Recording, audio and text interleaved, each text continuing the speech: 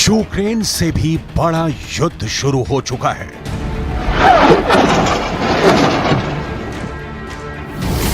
Ukraine से भी ज्यादा खून बहने वाला है।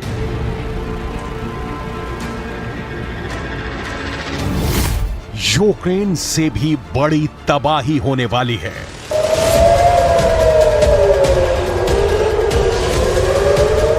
फिलिस्तीन और इजरायल के बीच सबसे बड़ी आग भड़क चुकी है और अब इस युद्ध में इतनी लाशें गिरेंगी कि ना पुतिन ने देखी होंगी ना ज़ेलेंस्की ने। इजरायल के टैंक जलाए जा रहे हैं। ये तस्वीरें इजरायल को सालों साल झटके देती रहेंगी। इजरायल में हजारों रॉकेट से हमले हो रहे हैं। इजरायल के अंदर हमास की ऐसी आग फैली कि कुछ घंटों तक तो समझ में ही नहीं आया कि हो क्या रहा है। इजरायल के प्रधानमंत्री ने कह दिया है कि अब युद्ध शुरू हो चुका है। इजरायल पर हमास के सरप्राइज हमले से पूरा इजरायल हिल चुका है। यह हमला जमीन के रास्ते हुआ है। कंटीले तारों की बाढ़ काटकर हमास इजरायल में घुस चुका है। मोटरसाइकिल पर सवार यह हमलावर अचानक इजरायल में घुस गए। यह हमला समंदर के रास्ते हुआ है। हमास की स्पीड बोट इजरायल के किनारों पर हमले के लिए पहुंच रही है। यह हमला आसमान से हुआ है। ग्लाइडर की मदद से हमास का मिलिशिया इजरायल में किसी कमांडो की तरह उतर रहा है।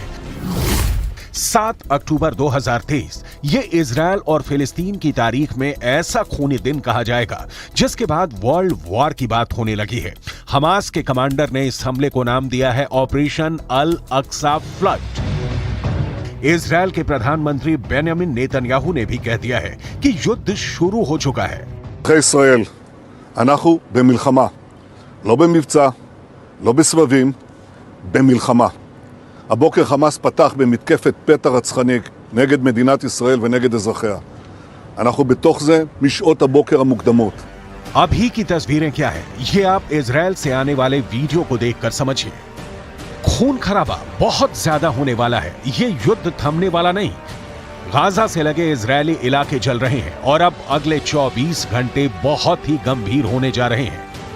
हमले की शुरुआत कैसे हुई ये बहुत गौर से देखिएगा। जो तस्वीरें विचलित कर सकती हैं उन्हें एडिट करके हटा दिया गया है। ये हमास के हमलावर हैं जो 7 अक्टूबर को सुबह सुबह इजरायल के एक मिलिट्री कैंप पर हमला कर दिया। इस दौरान हमास के इस ग्रुप ने ग्लाइडर का भी इस्तेमाल किया और फिर ये उड़ते हुए इजरायल के मिलिट्री कैंप के पास उतरे। ग्लाइडर पर 2 हमलावर सवार हैं और उनके हाथ में है मशीन गन। ऐसे कई ग्लाइडर लॉन्च किए गए और फिर उन्होंने उतरते ही इजरायल के अड्डों पर गोलीबारी शुरू कर दी।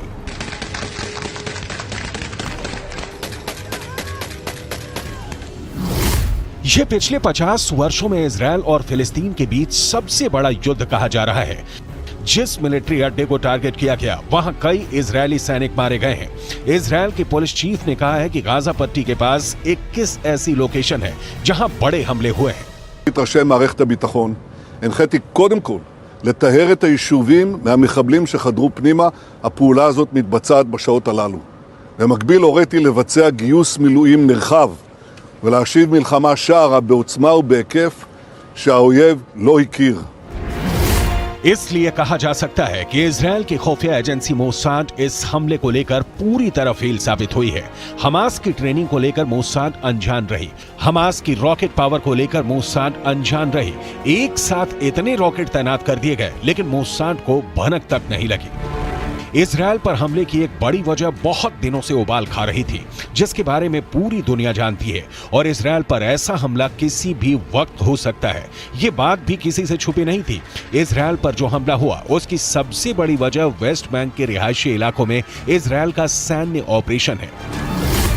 पिछले कई दिनों से वेस्ट बैंक जो फिलिस्तीन का पूर्वी हिस्सा है वहां इजरायल की सेना की गतिविधियां बढ़ी हैं। कई फिलिस्तीनी इजरायल की सेना के ऑपरेशन में मारे गए हैं और इसमें बच्चे भी शामिल हैं। वेस्ट बैंक की बहुत सी जमीन पर सेटलर्स को बसाया गया है और इसे लेकर फिलिस्तीन और इजरायल के बीच तनाव बढ़ता गया। हमास के ऑपरेशन अल अक्सा फ्लड में इजरायल की सेना पर जितना बड़ा हमला किया गया, उसकी तस्वीरें बहुत ज्यादा खतरनाक हैं। ये इजरायल का मरकावा टैंक है जो गाजा से लगे इजरायल के इलाके में खड़ा था और तभी उसको ऐसा टारगेट किया गया कि उसके परखच्चे उड़ने लगे। हमास के हमलावरों ने इस टैंक को एक हमले में जला दिया। हमास ने अपने हमलावर मोटरसाइकिल पर सवार करके भी भेजे, हर मोटरसाइकिल पर 2 हमलावर, और फिर ये इजरायल के इलाकों में फैल गए। बाद में इजरायल से जो वीडियो आया उसमें आप ऐसे ही हमलावरों को एसयूवी पर सवार होकर जाते देख सकते हैं। लेकिन ग्राउंड अटैक से बड़ा तो हवाई अटैक हुआ है। हमास ने इतने रॉकेट दागे हैं कि इजरायल गिन भी नहीं पाया। חמאס עשה טעות חמורה הבוקר, הוא פתח במלחמה כנגד מדינת ישראל. חיילי צה"ל נלחמים בכל נקודות החדירה כנגד האויב. ये इजरायल का रेहोत शहर है। यहाँ रॉकेट हमलों के बाद क्या हुआ, देखिए कितना डरावना मंजर है। गाजा पट्टी से लॉन्च किए गए रॉकेट यहाँ आकर गिरे और फिर हर तरफ आग लग गई। ऐसा ही हाल इजरायल के कई और शहरों का भी हुआ है। हर तरफ सायरन बज रहे हैं।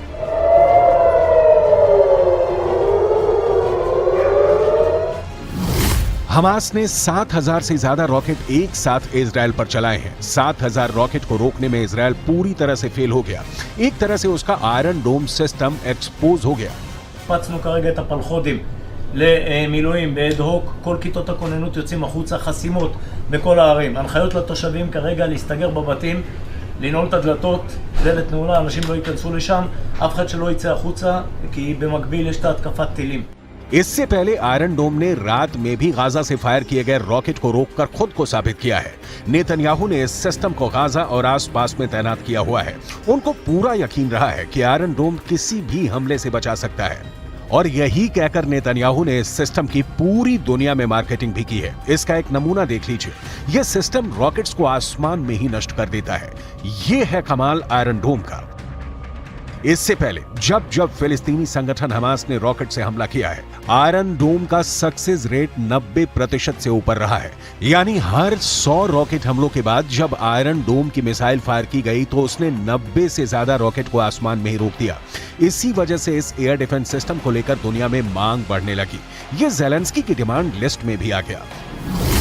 आयरन डोम 4 किलोमीटर से लेकर 70 किलोमीटर दूर से हो रहे हमलों को रोक सकता है। यह मिसाइल को भी रोक सकता है, यह रॉकेट के हमलों को भी रोक सकता है और तोप के गोलों को भी रोक सकता है। इजरायल की यह हालत देखकर कह सकते हैं कि इन हमलों को रोकने के लिए आयरन डोम फेल साबित हुआ है और वो इस्तेमाल में बहुत महंगा साबित होता है, क्योंकि 1 लाख रुपए की कीमत वाले रॉकेट या तोप के गोले को रोकने के लिए इसमें से 2 मिसाइल फायर की जाती हैं, जिनकी कीमत रेंज के हिसाब से 70 लाख से 1 करोड़ रुपए तक होती है। यानी एक रॉकेट जिसकी कीमत 1 लाख रुपए भी नहीं है, उसको रोकने के लिए इस हथियार की इतनी बड़ी कीमत हैरान करती है। 7,000 रॉकेट एक साथ मारे गए तो आयरन डोम भी फेल हो गया। आखिर वो कितने रॉकेट रोक सकता है? लिहाजा इजरायल में हुए रॉकेट धमाकों ने बहुत नुकसान पहुंचाया है। इजरायल पर जैसे ही हमलों की खबरें नेतन्याहू के दफ्तर पहुंची, उन्हें समझ में आ गया कि बहुत बड़ा कांड हो चुका है। इन धमाकों ने इजरायल को 440 वोल्ट का करंट लगा दिया है। ये नेतन्याहू के लिए भी बहुत बड़ा झटका है। लेकिन सवाल है कि अब नेतन्याहू इन हमलों का जवाब कैसे देंगे? לשלם מחיר שהוא לא ידע כמותו. אני קורא בינתיים לכל אזרחי ישראל להישמע בקפדנות להנחיות הצבא, להנחיות פיקוד העורף. אנחנו במלחמה ואנחנו ננצח בה. हमास ने इजरायल के कई सैनिकों को मार डाला है तो कई को बंधक भी बनाकर गाजा की तरफ ले गए हैं ताकि आगे चलकर इजरायल से कोई डील की जा सके। लेकिन इजरायल के लिए सबसे शर्म वाली बात यह है कि उसके बहुत से बड़े हथियार इस हमले को नहीं झेल पाए हैं। इसमें यह मरकावा टैंक भी है जो हमास के हमले में ढेर हो गया और फिर फिलिस्तीन के लोग उस पर चढ़ गए। ये इजरायल का ही नहीं, पूरी दुनिया में सबसे खतरनाक टैंक माना जाता रहा है, लेकिन हमास के एक हमले में ढेर हो गया। इजरायल का मरकावा दुनिया के सबसे सीक्रेट टैंक के रूप में पहचाना जाता है, जिस टैंक के खिलाफ अचूक माने जाने वाली मिसाइल भी नाकाम हो जाती है। यह ऐसा टैंक है जिसे लेकर इजरायल ने फैसला किया है कि वो इसे कभी किसी देश को नहीं बेचेगा। जिस जलते हुए टैंक की तस्वीरें पूरी दुनिया देख रही है, उसी मरकावा टैंक को लेकर बहुत सी बातें हैं जो आज भी इजरायल की डिफेंस इंडस्ट्री के अंदर ही सीक्रेट बनी हुई हैं। दुनिया इस टैंक के बारे में बहुत सी बातें नहीं जानती है। इजरायल की भाषा हिब्रू में मरकावा का मतलब होता है रथ और अब इसी पर फिलिस्तीन के लोग सवार हैं। इजरायल की थल सेना का ये सबसे खतरनाक हथियार हमेशा इजरायल को बड़ी कामयाबी दिलाता आया है, लेकिन इस बार ये फेल हो गया। इजरायल ने अरब देशों के साथ 1967 में हुए युद्ध के बाद इसे बनाना शुरू किया। 1973 के युद्ध के बाद इसके डिजाइन में और बदलाव किए गए। 1970 के दशक में बना मरकावा 80 के दशक से ही इजरायल का मेन बैटल टैंक बना हुआ है। ये 65 टन का टैंक है। इसकी गन 120 मिलीमीटर की है। इससे एंटी टैंक मिसाइल भी फायर की जा सकती है। 1500 हॉर्स पावर वाले इंजन से ये 65 किलोमीटर प्रति घंटे की रफ्तार तक दौड़ सकता है। लेकिन जब हमास ने हमला किया तो ये टैंक जहां था वहीं खड़ा रह गया। दूसरे टैंकों की तरह इस टैंक का इंजन पीछे नहीं आगे होता है, ताकि दुश्मन के हमले के वक्त इस टैंक में बैठे सैनिक सुरक्षित रहें। लेकिन हमास के हमले के बाद इस टैंक से इजरायली सैनिकों को मुर्दा हालत में बाहर निकाला गया। वो तस्वीरें आपको विचलित कर सकती हैं, इसलिए उसे शामिल नहीं किया गया है। ये एक इन्फेंट्री फाइटिंग व्हीकल के तौर पर भी काम करता है, लेकिन इस टैंक को बचाने वाला बड़ा सिस्टम आयरन डोम की तरह ही नाकाम साबित हुआ। इजरायल के इस टैंक में अमेरिका के एब्रम्स टैंक वाली कई तकनीक जोड़ी गई है, ताकि ये दुश्मन के अटैक से बच सके। ट्रॉफी एपीएस यानी एक्टिव प्रोटेक्शन सिस्टम मिलने के बाद इसकी डिफेंसिव पावर कई गुना बढ़ गई है। ये इसे एंटी टैंक गाइडेड मिसाइल से बचाता है। ये टेक्नोलॉजी अब आधुनिक टैंकों के लिए बहुत जरूरी बन चुकी है। इसी टैंक के जरिए इजरायल अपने 4 बड़े दुश्मनों को रौंदने की ताकत रखता है और उसके लिए हमेशा तैयार भी रहता है। इजरायल का पहला दुश्मन है फिलिस्तीन और उसके लड़ाके ग्रुप जैसे हमास, दूसरा है लेबनान और हिजबुल्लाह मिलिशिया, तीसरा है सीरिया और चौथा है ईरान, जिसे इजरायल अपने लिए सबसे बड़ा खतरा मानता है। ईरान भी खुद इजरायल को भी अपना सबसे बड़ा दुश्मन मानता है। जब से इजरायल 1948 में कायम हुआ है, तब से अरब मुल्कों के साथ उसकी दुश्मनी का लंबा इतिहास रहा है, लेकिन पिछले कुछ वर्षों में इनके रिश्ते सुधरने शुरू हुए। बहुत से अरब देशों और इजरायल के बीच राजनयिक रिश्ते कायम हुए हैं। इसे अब्राहम अकॉर्ड का नाम दिया गया और अरब देशों के बीच इजरायल की इमेज बिल्डिंग को एक नया लॉन्च पैड मिल गया। इसे पश्चिम एशिया में शांति करने का नया फॉर्मूला बताया गया।